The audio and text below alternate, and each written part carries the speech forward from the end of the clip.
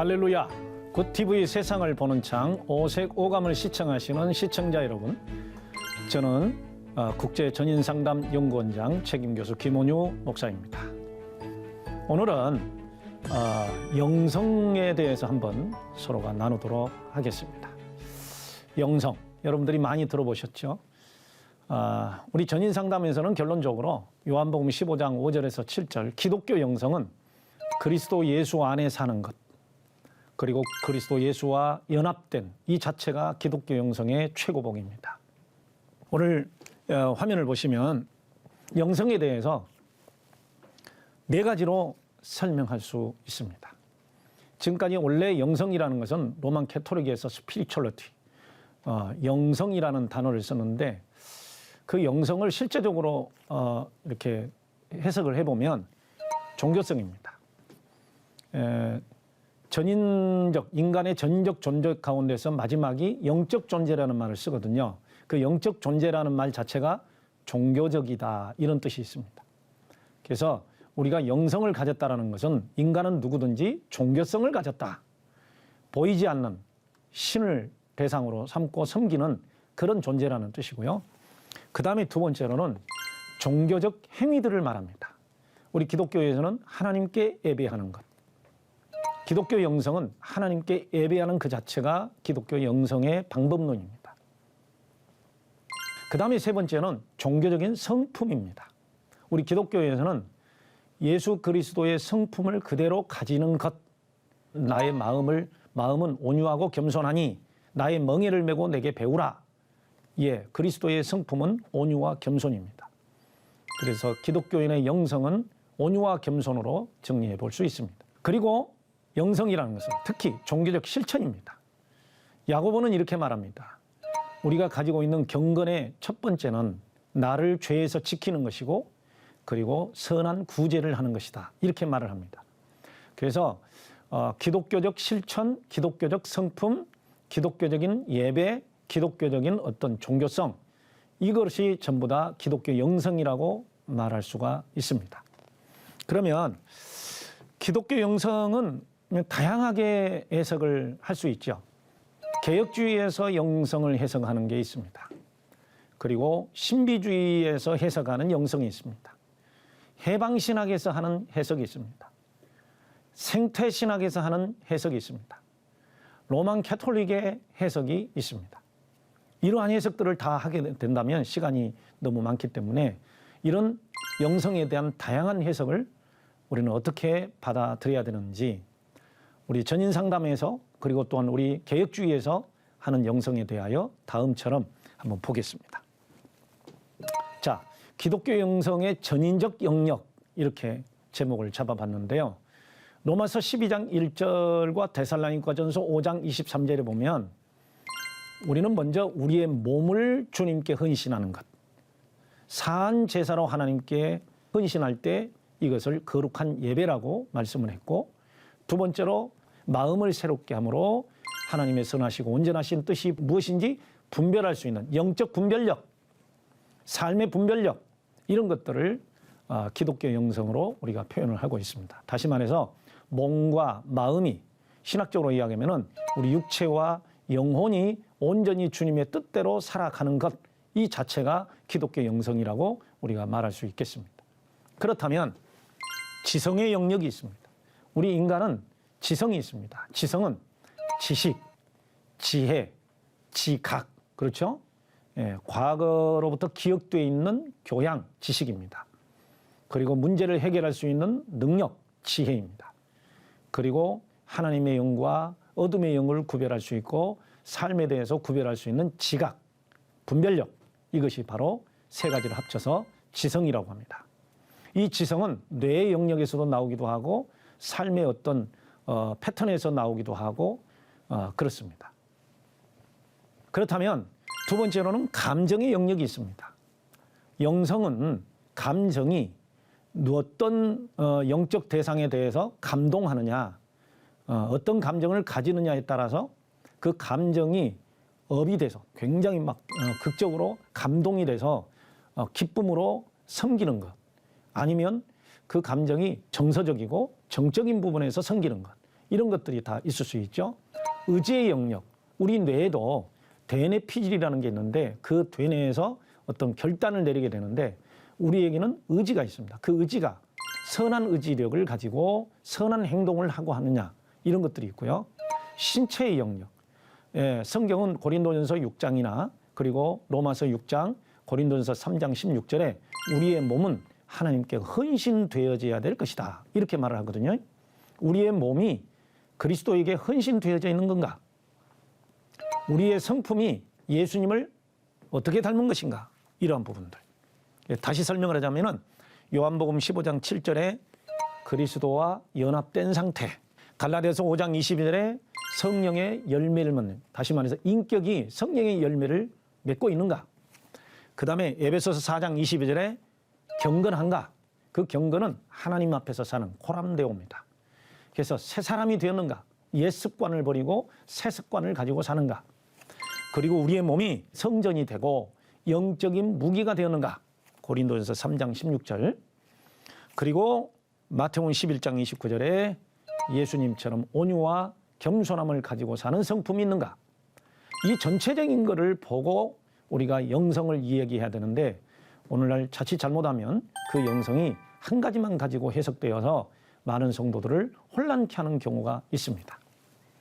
그러면 소위 은사주의자들이 말하는 신비주의 영성을 저는 이렇게 해석을 해서 신비주의 영성, 다시 말해서 고린도전서 12장 8절에서 10절에 나오는 성령의 나타남만 가지고 영성을 이야기하는, 아니면 로만 캐톨릭에서 어떤 관상기도, 영성기도 이런 것을 말하는, 그리고 또한 어떤 구제, 이런 선한 행위 이렇게만 말하는 것에 대하여 반론을 제기하면서 진정한 은사는 네 가지인데 그 은사라는 말 자체가 하나님의 거룩한 선물입니다. 그래서 우리가 뭐를 달라고 해서 받는 게 아니라 주님께서 기질적으로 아니면은 훈련을 통해서 주시는 그러한 것들을 말하고 있는데, 첫 번째는 로마서 12장 6절에서 8절에 보면은 봉사도 은사로 들어갑니다. 어떤 사람은 정말 봉사하는 게 기쁘고 즐겁고 봉사하는 방법을 알고 그렇게 하는 분이 있어요. 어떤 물질적인 것이 오지 않아도, 보상이 주어지지 않아도 기쁜 마음으로 봉사하는 분들이 있습니다. 이런 분들을 바로 봉사의 은사라고 그럽니다.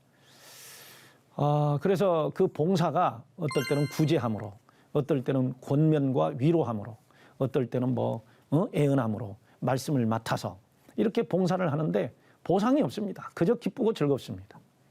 이걸 은사라고 보는 거죠. 또 마태복음 25장 15절부터에 보면은 1달란트, 또 2달란트, 5달란트, 이렇게 달란트라는 게 있죠. 달란트가 영어로는 탤런트라고 그러는데 그 탤런트가 재능입니다. 그래서 교회에 가면은 찬양을 잘해서 찬양으로, 또 가르침을 잘해서 주일학교 교사로, 아니면은 여러 가지 교회에서 활동을 하는데 은사가 있어서 그 재능이 있어서 봉사하는 그런 분들이 있거든요. 그것도 역시 재능은 타고난 것이다, 선천적인 것이다, 이렇게 이야기할 때 재능으로서의 은사가 있습니다. 또 오늘 소위 우리가 말하는 이 은사를 전부 다 성령의 나타남으로만 이야기하는데 고린도전서 12장 8절에서 10절에 보면은 이거를 우리는 신비적 은사라고 그렇게 이야기를 하죠. 성령의 나타남이 어떨 때는 말씀과 지식과 또 지혜의 은사로 나타날 수도 있고, 방언함과 통변함과 능력 행함과 병 고침과 애언함과 이런 것들이 있잖아요. 이런 것들은 전부 다 신비적 은사입니다. 성령께서 때에 따라서 교회를 유익하게 하고 공동체를 유익하게 하기 위해서 주시는 것들입니다. 이것들이 곧 은사입니다. 그 다음에 에베소서 4장 11절에 보면은 리더로서의 은사들이 있습니다. 그 리더로서의 은사는 어떤 것들이 있을까요? 직분입니다. 그래서 말씀 전하는 자, 교육하는 자, 가르치는 자, 선지자, 사도 이런 것들이 있지 않습니까? 그 은사들은 어디에 쓰임받게 되죠? 성도들을 온전케 하는데 또 다른 사람들을 섬기도록, 교회라고 하는 공동체를 섬기도록 훈련시키는 리더의 은사가 있는 것입니다. 그러면은 이러한 은사들을 주실 때 하나님께서 왜 주셨을까요? 은사의 목적이 있습니다. 은사의 목적이었는데 보실까요? 은사는 기질적 재능, 기질적으로 우리가 그 세 가지가 유전된다고 그러죠. 전인 상담에서 상담사 시험 볼 때 세 가지를 물어봐요. 유전성이 있다라는 것을 어떤 것을 의미합니까? 그럴 때 세 가지가 됩니다. 첫째는 바로 이 기질, 체질, 그리고 세 번째가 영성. 이 세 가지가 유전된다 이렇게 이야기를 하거든요. 그래서 은사는 기질적 재능, 성령의 나타남으로써 성령께서 교회를 유익하게 사용하도록 은사를 주십니다. 고린도서 12장 7절에 그렇게 말씀합니다. 그래서 이런 은사들이 나타났을 때 신비적 은사든 무슨 은사든 간에 유익함이 없다는 것은 그거는 성령께서 주시는 은사가 아니라는 얘기죠. 모든 것을 유익하게 해야 된다는 겁니다. 자, 기독교 영성신학을 우리가 한번 정리를 해보겠습니다. 아까 잠깐 초반에 개혁주의, 신비주의, 해방신학, 생태신학, 캐톨릭 했는데 한번 도표를 보시면 기독교 영성신학에서 개혁주의에서는 삼위일체 하나님을 강조합니다. 하나님은 성부, 성자, 성령이시다. 이거를 굉장히 강조하죠. 그러면서 구원은 오직 그리스도 예수를 믿음으로 구원을 얻는다. 이것이 바로 구원론입니다. 그리고 영성, 다시 말해서 실천신앙에서는 기도와 말씀과 성화 과정 전체를 영성으로 그렇게 이야기하고 있습니다. 그래서 기독교 영성을 위해서는 기도와 말씀이 있다면 행함도 같이 따라가 줘야 된다. 그 행함이 거룩한 성품, 거룩한 행위 이런 것들을 성화로 이야기하고 있는 것입니다. 그 다음에 두 번째로 신비주의, 오순절 신학이라고 그러죠. 신비주의에서는 성령의 은사를 굉장히 강조합니다. 왜 그럴까요? 모든 성령의 은사의 시작은 방언이고 아니면 어떤 신비한 은사고 이런 것들이 해야 되기 때문에 믿음으로 구원은 받는데 성령의 재충만을 위해서는 기도해야 된다. 기도의 강조를 많이 듭니다. 그래서 철야기도, 금식기도, 하여튼 기도, 많이 기도해야 된다. 거기에 기도에 도움이 된다는 방언을 많이 해야 된다. 다시 말해서 기도와 은사가 바로 영성이라는 개념으로 지금 활동을 하고 있죠. 그 다음에 해방신학이라고 합니다. 해방신학은 강조점이 뭐냐? 성경 말씀을 강조하지만 정의가 돼야 된다. 정의. 그 정의가 뭐냐? 모든 사람을, 민중을 해방시키고 억압에서 자유케 해주고 이러한 것들, 그리고 선한 행동을 하는 것, 이런 것들이 다 정의인데 믿음과 행위로 구원받는다는 약간의 좀 이제 신학적으로는 좀 논란이 있는 그런 쪽으로 가는 거죠. 믿음만 봐서는 안 된다. 그 행위가 있어야, 거룩한 행위가 있어야 구원을 받는다. 이렇게 되는 거죠. 그러다 보니까 그들의 영성은 선행을 해야 하고 거기를 강조하고 그리고 민중과 함께하면서 그들을 해방시키는 것이 바로 영성이기 때문에 예수님이 오신 목적도 정치적 해방 그리고 어떤 억압에서의 해방, 약자의 편 이런 식으로 많이 이제 강조를 하는 거죠. 좀 비슷하게 로만 캐톨릭도 역시 전통과 성화를 굉장히 강조합니다. 어떻게 보면 교회도 전통적 교회, 그리고 정화, 그들은 이제 정화라는 얘기를 하는데 그 정화를 위해서 피정을 갖죠. 그래서 그들의 영성의 강조점은 전통과 정화를 강조하고 그래서 그 정화를 위해서는 금욕을 해야 되고 어떤 고행을 해야 되고 하는 그런 것들이 다 피정과 사막의 영성 이렇게 이야기를 합니다. 그래서 믿음만 가지고는 구원을 못 받는다. 반드시 선행이 있어야 된다. 영성도는 뭐냐? 그들의 영성은 선한 일을 강조하고 그리고 수도를 해야 되고 그리고 관상기도, 침묵기도 이런 것들을 해야 된다는 것입니다. 다시 한번 이제 우리가 이걸 그림과 애니메이션을 통해서 한번 보여드리자면 우리 개혁주의의 영성에서 설명하는 그 영성의 수준이 바로 이 성화 과정입니다. 성화 과정이고 신앙 성장 과정입니다. 그렇기 때문에 캐톨릭이나 그 다음에 어떤 은사주의는 그냥 단번에 은사를 받음으로 성령을 받음으로 어떤 피정을 통해서 금욕을 통해서 거룩함이 완성된다 이렇게 이야기하지만 우리 개혁주의에서는 그렇지 않습니다.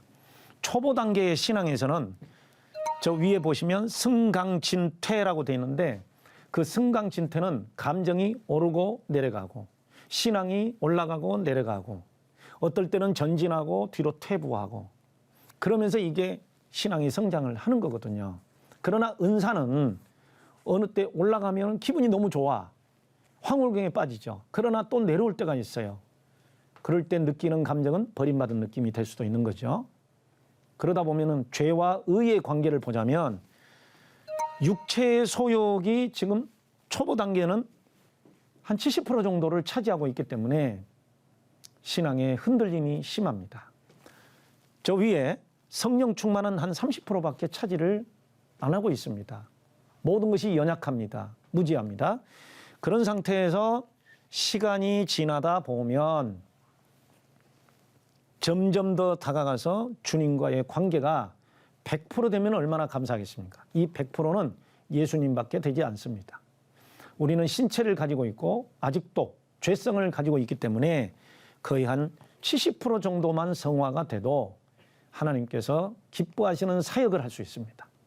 그리고 어둠의 영과 싸워서 이길 수 있는 능력이 충만해집니다. 이 상태를 우리는 성령 충만이라고 그렇게 말할 수 있습니다. 그래서 주님과 연합이 되고 성화가 완성이 된 그 순간 우리는 하나님 나라에 들어가서 기쁨으로 살 수 있는데 이 자체는 성화 과정이기 때문에 완성될 수가 없습니다. 언제 완성될까요? 예수님께서 재림하실 때야 이게 가능한 일입니다. 그 전에 우리는 이 과정을 겪으면서 승강진퇴를 거듭하면서 성화되기도 하고 또 힘들기도 하지만 여전히 성령 충만한 상태에서는 기쁨과 은혜가 충만할 것입니다. 자, 그러면은 이러한 과정을 겪는 가운데 우리 전인상담과 치유사역에서 그 사람을 치유하는 과정은 어떻게 달라질까요? 다음으로 한번 보도록 하겠습니다.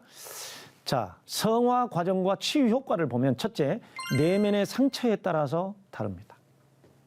두 번째, 경건 생활의 유무에 따라서 다릅니다. 세 번째, 가정과 주변 환경에 따라 다를 수 있습니다. 네 번째, 종교 환경. 우리 기독교 영성은 그 종교 환경에 따라서 그 교회가 어떤 교회냐, 교회의 관심, 치유에 대한 관심, 영성에 대한 관심, 이 관심에 따라서 또 메시지, 말씀 이런 거에 따라서 다 다르기 때문에 이것이다라고 말할 수는 없습니다. 그래서 영성은 하나의 수준이고 단계인 것입니다. 거기에 따라서 관심을 우리가 줄 수 있는 것이죠. 자, 초보 단계에서 신비적 은사와 성화는 어떻게 우리가 볼 수 있을까요? 예수 믿은 지 얼마 안 돼요. 그런 사람은 또한 은사를 받은 지가 얼마 안 돼요. 하나님의 은혜에 대한 감동은 있는데 감정에 치우치기 쉽습니다. 또 그때 은사를 받고 뭔가가 신비적인 것이 오면 나만 주님이 사랑해 하는 특권의식 그리고 자가당착에 빠지기 쉽습니다. 내가 받은 것이 진짜야. 그리고 죄의 유혹에 연약해집니다.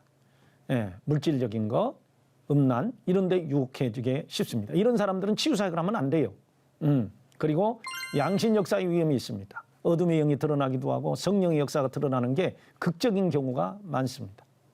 이런 사람이 어떤 치유사역을 하게 될 때는 그런 은사를 이용한 자기 욕구를 채우는 이런 일들이 나타나기가 쉽습니다. 이럴 때 기도는 주여 나는 죄인입니다. 아직 죄인입니다. 아직 죄성이 많습니다. 이런 고백을 하면서 주님 앞에 납작 엎드리는 이사야의 기도가 필요합니다. 그 다음으로 봅시다. 유사 은사의 점검. 어느 때 은사가 잘못된 은사가 임할까요? 한이 많은 상태에서 받은 은사, 그것은 분노가 있습니다. 표적을 극히 사모할 때 은사, 그런 사람은 불안이 많은 사람입니다. 능력을 목적으로 기도하는 사람, 영적으로 교만하기 쉽습니다. 영적 전의를 사모하면서 하는 사람, 이럴 때 은사가 임했다. 그런 사람은 무속적이거나 신비적 열망이 있는 사람, 무속의 영성이 있는 사람, 기복신앙과 현상주의가 있기 때문에 이러한 영성들이 만약의 경우에 은사로 왔을 때 유사 은사가 될 확률이 많습니다. 우리는 정말 이 부분을 붙들고 기도해야 될 필요가 있다는 것이죠. 자, 이렇게 기도하고 오늘 강의를 마치도록 하겠습니다. 주님, 지금까지 저는 영성에 대하여 왜곡된 해석을 하였습니다. 상한 감정과 오염된 인격을 가지고 신비적 은사를 사모했으며 성령의 인격적 체험을 조절하는 오류를 범하고 살았습니다. 이제 감정에 치우치지 않게 하시고 현상에 치우치지 않게 하시고 영적 지성과 성화를 갖추도록 도와주시옵소서. 제 안에 성결한 영을 창조하시고 늘 새롭게 하소서. 하나님의 말씀으로 세상을 이해하고 바라보는 마음의 창이 여러분 안에 열리기를 소망하며 이 시간 마치겠습니다. 감사합니다.